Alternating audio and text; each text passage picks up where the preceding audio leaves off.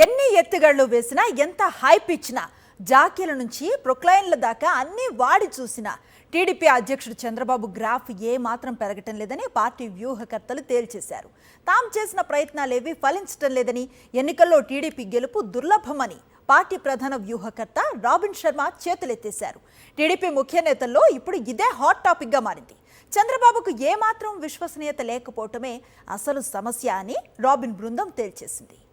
పచ్చ మీడియాతో ఆహా ఓహో అంటూ పొగిడించుకున్న వ్యూహకర్తలు ఎన్ని ప్లాన్లు వేసినా చంద్రబాబును ప్రజలు అస్సలు నమ్మడం లేదు.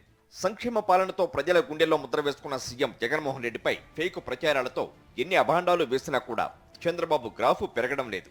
అంతేకాదు 6 నెలల ముందే విడుదల చేస్తున్న శాంపిల్ మేనిఫెస్టో నిష్ఫలంగా మారిందని అంచనాకొచ్చారు వ్యూహకర్తలు.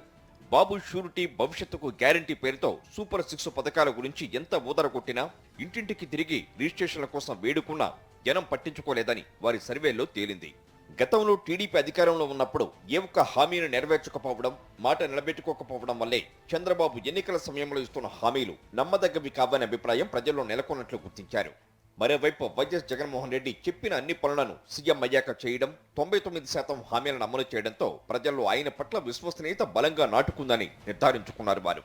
ఈ పరిస్థితుల్లో ఎంత గొప్ప పథకాలు అమలు చేస్తామని చంద్రబాబు నమ్మబలికినా జనం నమ్మే అవకాశాలు లేవని అంచనాకొచ్చారు. బీజేపీ జనసేనతో టీడీపీ కుదుర్చుకున్న అవకాశవాద పుత్తు బెడిసికొట్టినట్లు రాబిన్ శర్మ సర్వేలు తేల్చినట్టు సమాచారం.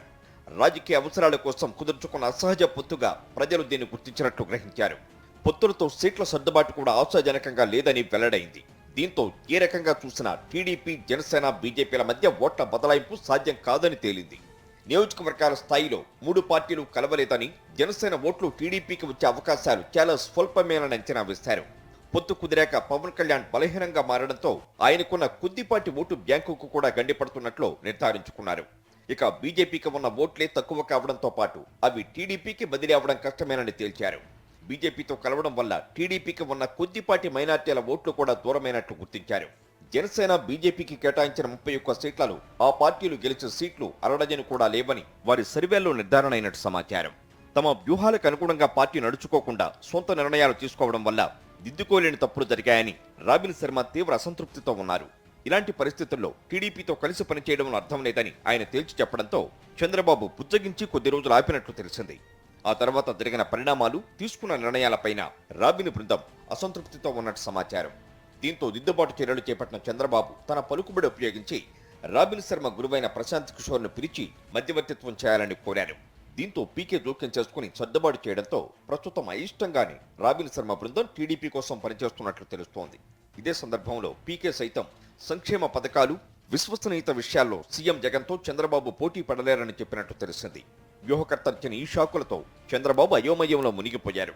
రాబిన్ శర్మ చెప్పినట్లు అభ్యర్థులను మార్చలేక, కొనసాగించలేక సతమతమవుతున్నారు. అభ్యర్థులను మార్చాలంటే లోకేష్ వారి వద్ద నుంచి కోట్లలో వసూలు చేసిన డిపాజిట్లు వెనక్కివ్వాలి. అందుకు చినబాబు సుసేమీరా అనడంతో చంద్రబాబు కక్కలేక మింగలేక మిన్నకుండిపోయారు. ఇక అనేక సీట్లను తాము సూచించిన వారికి కాకుండా బయట వ్యక్తులకు కేటాయించడాన్ని రాబిన్ శర్మ తీవ్రంగా తప్పుపట్టినట్లు తెలిసింది. నియోజకవర్గాల్లో ఉన్న పరిస్థితులు, పలు సమీకరణాలు, రకరకాల పొందికల ఆధారంగా తాము ప్రతిపాదించిన వారికి సీట్లు ఇవ్వకపోవడం ప్రధాన తప్పిదంగా ఆయన ప్రస్తావిస్తున్నారు. సర్వేలను పట్టించుకోకుండా పార్టీ కోసం పనిచేసిన వారిని వదిలేసి బయట వ్యక్తులకు సీట్లు ఇవ్వడాన్ని ఆయన ప్రశ్నించినట్టు సమాచారం.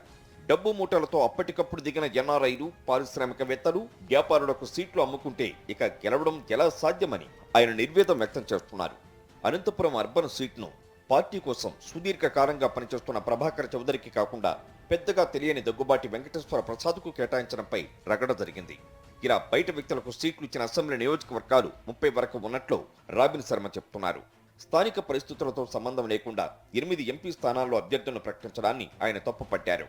ఏలూరు ఎంపీ స్థానాన్ని రాయలసీమకు చెందిన వ్యక్తికి ఇవ్వడం లాంటి అంశాలను ఆయన ప్రస్తావించినట్టు సమాచారం.